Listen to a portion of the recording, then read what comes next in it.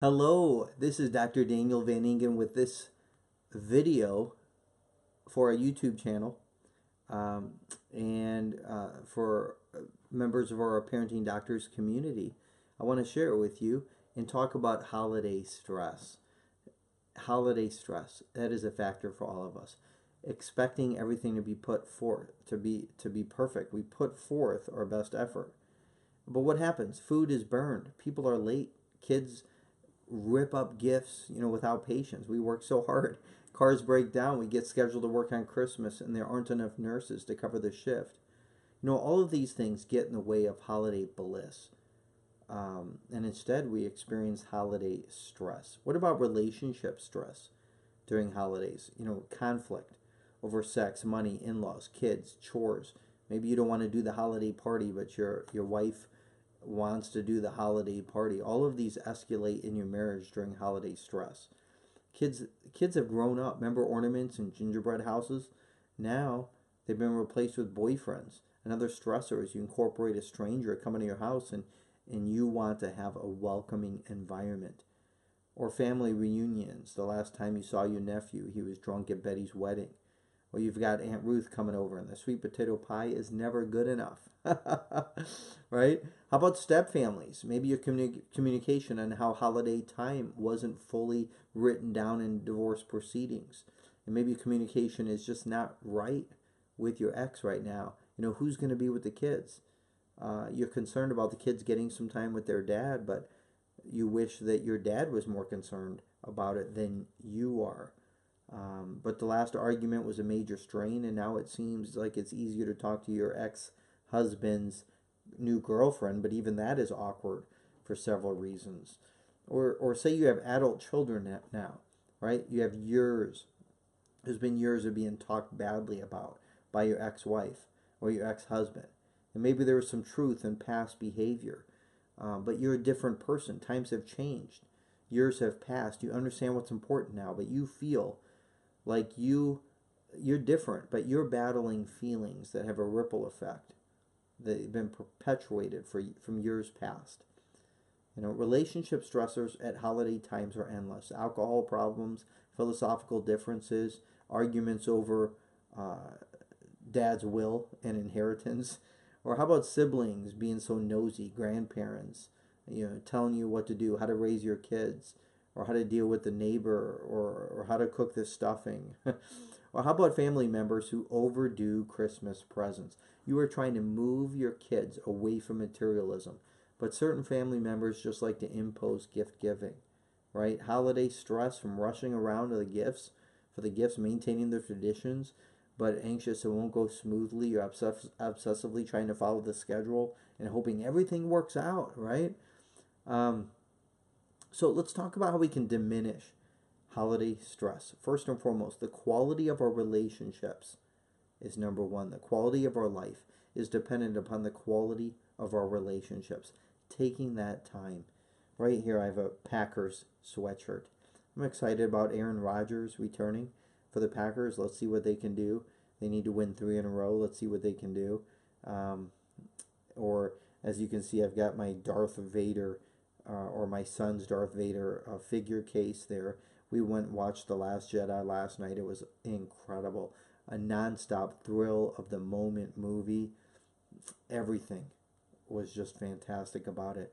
So, but having those experiences, being in the moment, yes, playing that shoots and ladder game with your 3-year-old, or your uh, playing Monopoly with your 8-year-old, or continuing to teach your son chess, uh, and just really being in the moment and engaging.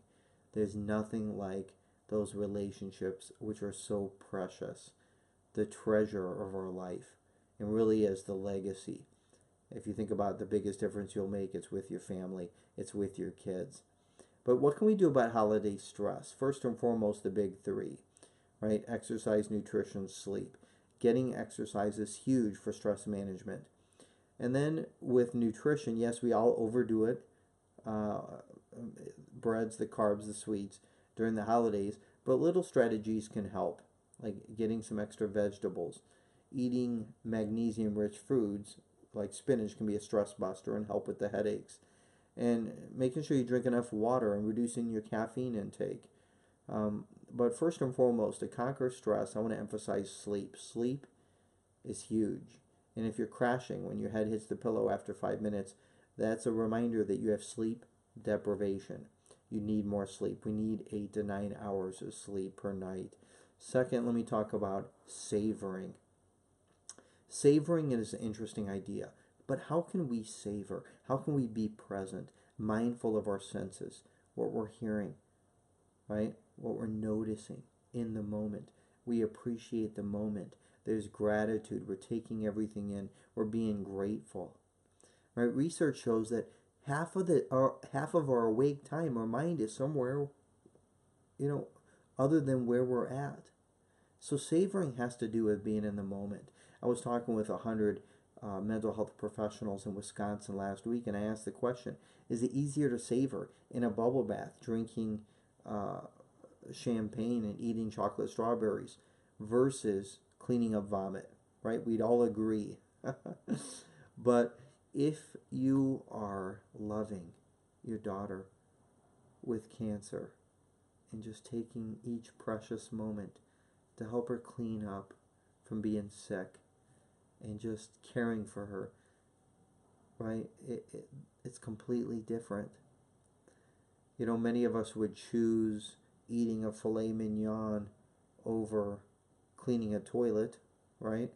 But if you've been without a toilet for 8 days because of a hurricane came through and you had no power, no electricity, right? Now you are savoring cleaning the toilet.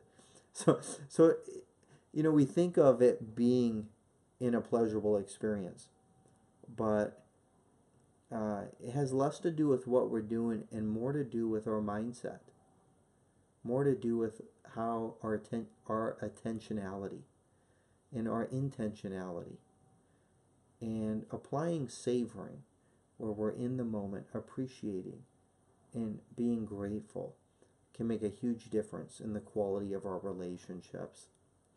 And let me finally say a little bit about self-talk. Sometimes it's hard to change our thinking. Sometimes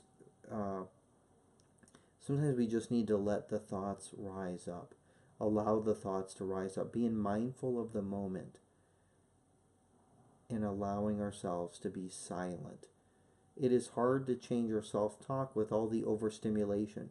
So what I recommend is turning off the volume. Even that wonderful Christmas music that we love.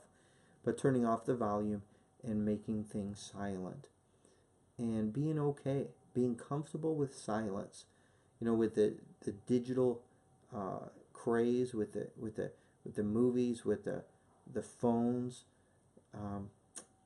If we can just be silent from time to time and take that time, we can allow thoughts to rise up.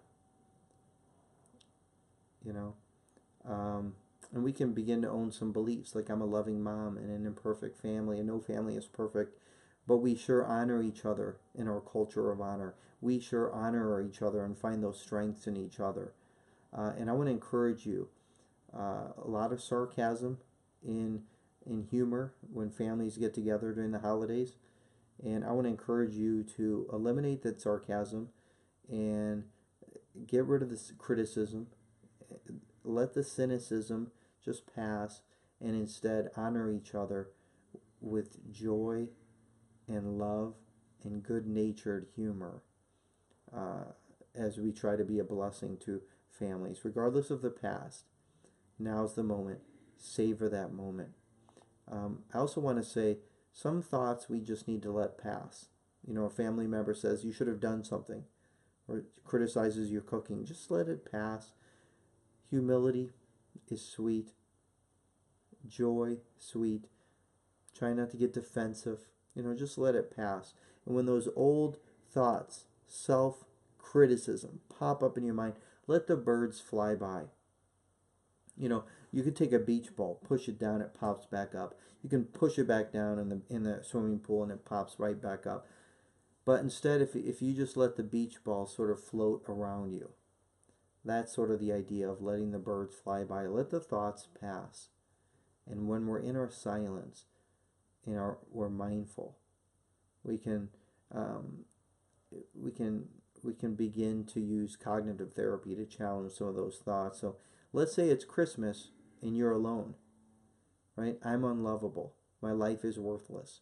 Instead, we can begin to recognize what the truth is, that you are lovable, that you have worth and purpose. So the 3 S's to conquer holiday stress. Sleep, getting sleep. 2, savoring. And 3, silence.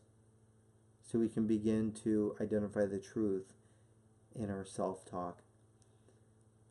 This is Dr. Daniel Vanningen with the Parenting Doctors, and I wish you the very best.